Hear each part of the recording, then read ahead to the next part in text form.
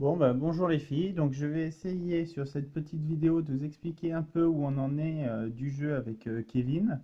Donc au début je voulais faire un pavé, mais je me rappelle que certains Anthony, pour pas les citer, n'aiment pas lire les pavés, donc on va essayer de faire un truc un peu vidéo synthétique. Comme c'est ma première, peut-être que le son sera mauvais, peut-être que les images seront mauvaises, ou peut-être que je vais dire de la merde, je m'en fous. Le principe du jeu, donc, c'est de créer un peu sa société et d'aller combattre le grand méchant de l'histoire, un peu qui s'appelle Booba. Un peu à la mode Stargate, on passe des portes dimensionnelles pour aller explorer les mondes et empêcher que le grand Booba vienne détruire l'ensemble des mondes. Donc l'avantage de ça, c'est qu'on peut avoir plein de races. Donc on peut autant avoir du poney que de la vampiresse que du Gundam, puisque chacun est sur son monde et passe des portes des étoiles pour y aller. Donc au niveau de la discussion, c'est un peu simple. Donc, le jeu se fonctionne vraiment en deux systèmes. D'abord, la construction. Donc là, bon, je vous ai mis un peu un tableau un peu général dans la réflexion. On construit donc notre civilisation, chacun sur notre planète, et après on prend des portes, soit pour aller explorer d'autres mondes, soit pour essayer d'aller chercher des pierres de malédiction ou des pierres maudites pour empêcher Booba de transformer tout le monde en cadavre en fait. Oui, c'est pas terrible, mais bon. Donc, il y a plusieurs phases. Donc, la première phase, c'est simple. C'est la première phase du jeu, c'est vous choisissez vos héros. Donc là, j'ai pris des héros de Citadel parce que c'était plus simple. Donc, vous verrez dans un des mails, j'ai fait une petite civilisation sur l'empereur Auguste. Donc, l'empereur Auguste, là, c'est le roi. Il y a un militaire qui s'appelle Tibère chez nous. L'architecte, ben, bien sûr, c'est Agrippa et Mécène représente l'évêque. Donc les héros, il y en a 4 par civilisation et vous ne pourrez en jouer que 3. Ça me fait un peu penser à Warcraft 3, oui, je sais. Donc il y en a un que vous avez de base, donc ici c'est le roi, dans la civilisation que j'ai créée. Après, si c'est les poneys, bah, ça sera peut-être la reine des poneys ou la licorne. Donc les héros ont plusieurs capacités. Ils ont la capacité militaire, donc de commandement, la capacité civile, donc de construction, et ils peuvent avoir une science ou non. Dans le cas de ici, le héros a un de militaire puisque c'est le minimum. Il a utilisé ses 4 points de compétence dans le civil, ce qui lui permet d'avoir 10 bâtiments. Donc là, il y a 10 bâtiments, donc 10 tuiles bâtiments. Ce qu'il faut savoir, c'est que chacune des tuiles bâtiments représente un bâtiment et qu'un bâtiment n'est constructible qu'une seule fois, à l'exception des bâtiments de production, mais j'en parlerai plus tard. Donc là, par exemple, il a l'oracle, il a le sanctuaire, il a un parc, il a le dépotoir. Voilà. Chacun des bâtiments est une tuile qui sera construite ou non après, qui donne des bonus. Donc elles ont un coût en bois, en pierre, en racial, en fer et en actif de population, et elles donnent un bonus de paix, d'honneur et de science, par exemple, pour l'oracle. Donc voilà, donc ce héros a ces 10 bâtiments-là. L'architecte est aussi en civil, donc a des bâtiments. L'évêque a 3 points en militaire, 3 points en civil, donc a un peu moins de bâtiments, il n'en a que 6. Et le condottiere a tout en militaire, donc dans notre cas Tibère, et donc ne peut construire que le minimum syndical qui est de 2 bâtiments. Par contre, il a 5 points militaires. Voilà comment sont les tuiles. Donc après, vous récoltez vos ressources. Donc vous avez du blé, vous avez une ferme de blé, une carrière de pierre, qui peuvent être... donc de base, vous avez que du blé. Après, vous pouvez créer des bâtiments qui vous donnent de la production. Voilà, assez simple. Donc vous récoltez à chaque tour votre production. Donc votre production, vous la prenez. Si par exemple j'ai une ferme, eh ben, ça me fait 2 blés ici. Si j'ai une carrière de bois, ça me fait 2 bois. Donc voilà, les ressources. Elles sont simples, vous produisez, ça vous fait. La dernière ressource un peu plus compliquée est l'or. L'or, c'est les bâtiments qui vous rapportent de la taxe. Donc dans mon cas, vous avez un théâtre. Si vous arrivez à construire le théâtre, il vous donne plus 2 en taxe. Donc plus 2 en taxe. Chaque tour, je pourrais prendre 2 pièces d'or de taxes qui iront directement dans ma monnaie. Rien de plus compliqué. Plus vous augmentez vos taxes à votre population, mieux ça se passe. Vous avez vu que certains bâtiments demandent des actifs, donc de la population. Pour construire des populations, vous avez les maisons, les immeubles, Donc quand vous construisez une maison, vous augmentez votre population de 3, vous augmentez vos actifs de 3. Attention, si vous augmentez de trop vos actifs et que vous avez du chômage, vous avez des problèmes de paix, ça s'appelle les gilets jaunes. Si vous n'avez pas assez d'actifs, eh ben, votre ville n'est pas assez rentable, donc vous perdez de l'argent avec les taxes, puisqu'il manque des ouvriers pour travailler. Voilà sur la construction. Donc après, pour construire un nouveau héros, il suffit de payer 5 pièces d'or, vous libérez un nouveau héros, et vous avez de nouveaux bâtiments, et ainsi de suite. Voilà comment se passe donc un tour de civilisation. Vous prenez vos ressources, le blé, l'or, vous payez vos actifs. Derrière, vous faites vos ressources, vous récoltez vos autres ressources, bois, pierre, racial et fer. Derrière, vous construisez vos bâtiments, vous faites vos évolutions, et voilà, vous avez tranquillement votre ville qui a vécu. Si vous avez déjà joué à Kingmaker, c'est du très simple, très facile.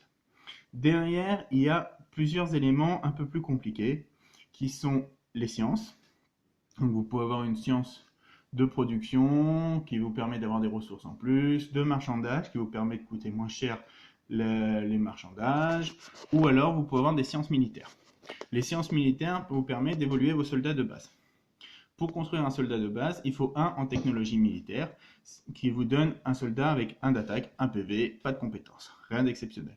Si vous avez un autre bâtiment qui vous apporte une technologie militaire, donc je vais prendre par exemple le bâtiment qui permet d'entraîner les archers, vous donnera 1 de compétence militaire qui vous permettra d'augmenter soit votre attaque de votre unité, soit une compétence. Donc par exemple, vous pouvez décider d'avoir des légionnaires qui ont 3 d'attaque, 1 PV, pas de compétences. Ceux-là vous compteront 3 points de compétence. Voilà, et c'est des troupes qui vaudront 3.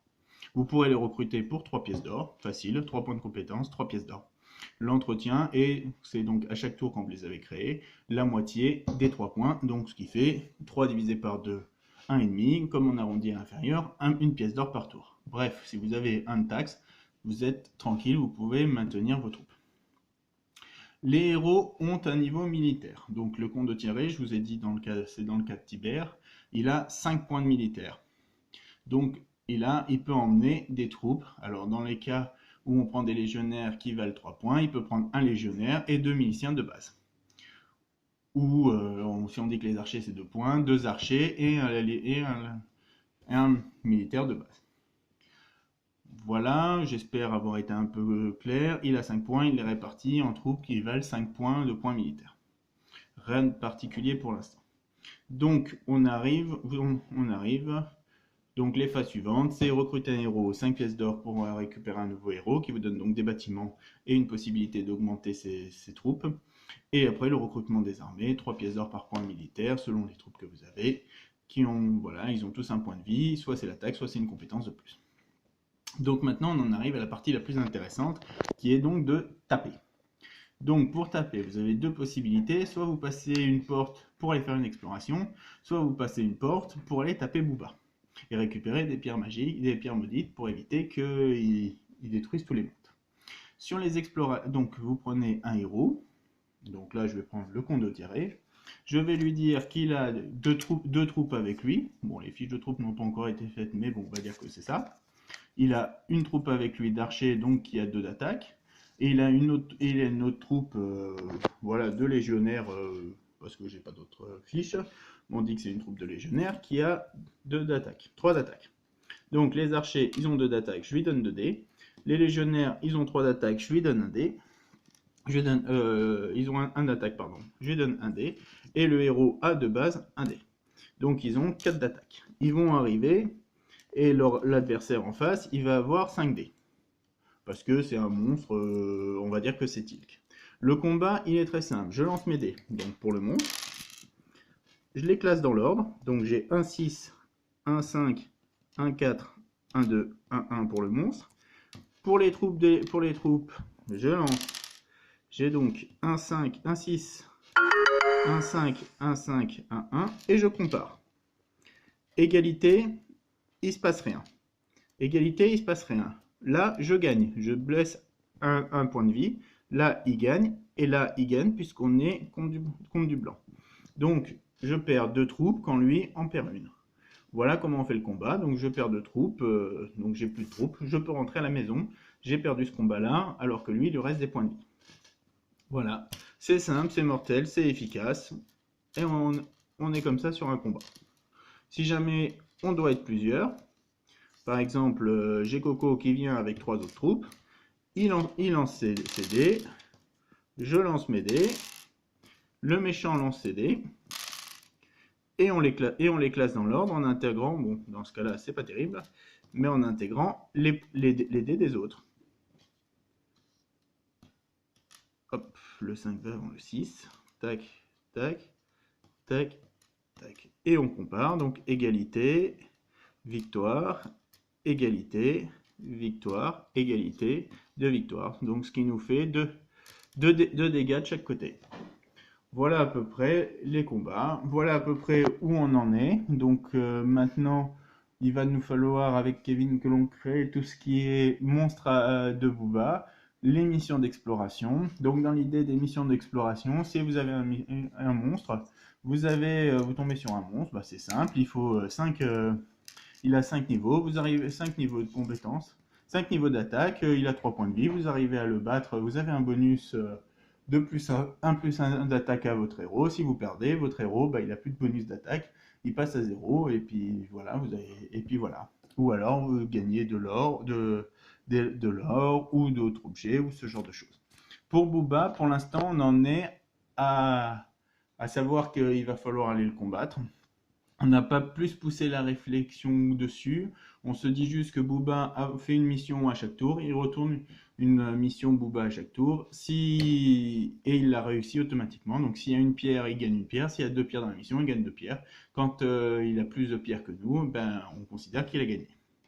Il y a aussi une notion que l'on travaille, c'est le marchandage de ressources. Donc c'est très simple, si vous l'achetez à un copain, vous lui donnez une pièce d'or, plus vous donnez une pièce d'or à la banque pour les frais de transport, puisqu'il faut bien utiliser les portes et les marchands. Si vous achetez à la banque, eh ben, c'est 2 pièces d'or votre ressource, plus une pièce d'or pour les frais de transport. Voilà à peu près, je pense que j'ai à peu près tout dit. Si j'ai oublié quelque chose, bah, je pense que Kevin le rajoutera. Ou bon, voilà. Donc posez toutes les questions que vous souhaitez euh, à ce niveau-là. Et puis nous, on va continuer un peu le développement. Bonne soirée les filles, ciao!